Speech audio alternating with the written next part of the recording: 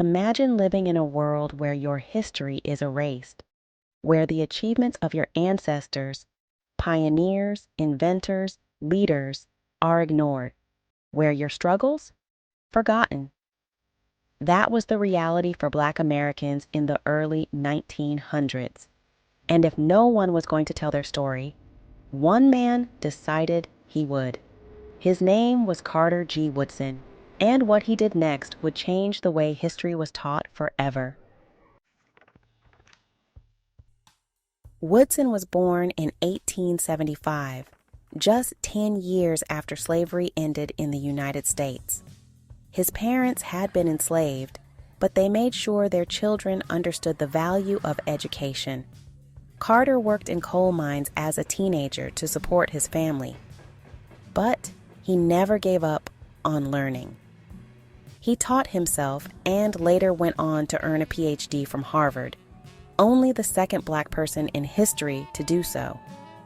But even as a highly educated man, Woodson noticed something disturbing.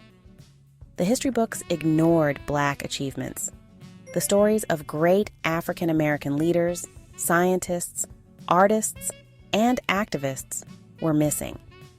It was as if Black people had contributed nothing to the world. That didn't sit right with Woodson.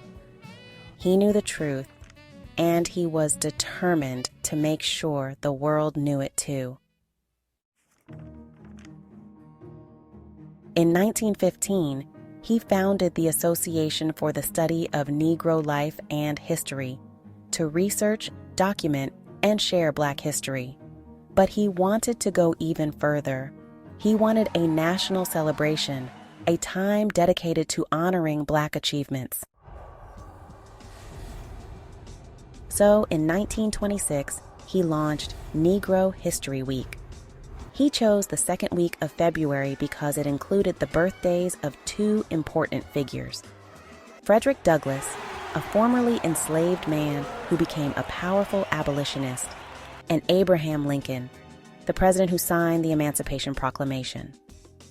At first, the idea spread slowly. Schools and communities in some cities took part, but many ignored it.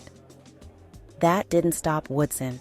He kept writing, speaking, and pushing for Black history to be recognized as a vital part of American history. Decades later, in the 1960s and 70s, the civil rights movement brought new energy to the fight for recognition. Black educators and students at Kent State University expanded the celebration to a full month in 1970. And in 1976, during America's bicentennial, President Gerald Ford officially recognized Black History Month, urging Americans to seize the opportunity to honor the too often neglected accomplishments of Black Americans. Today, Black History Month is celebrated nationwide. Schools, businesses, and communities take time to reflect on the contributions of Black Americans. But Carter G. Woodson's vision wasn't just about 1 month. It was about changing the way history is taught forever. So, the next time you hear someone ask, "Why do we have Black History Month?" tell them this: because for too long, Black stories were erased, and one man had the courage to bring them back. Carter G. Woodson didn't just give us a month. He gave us back our history.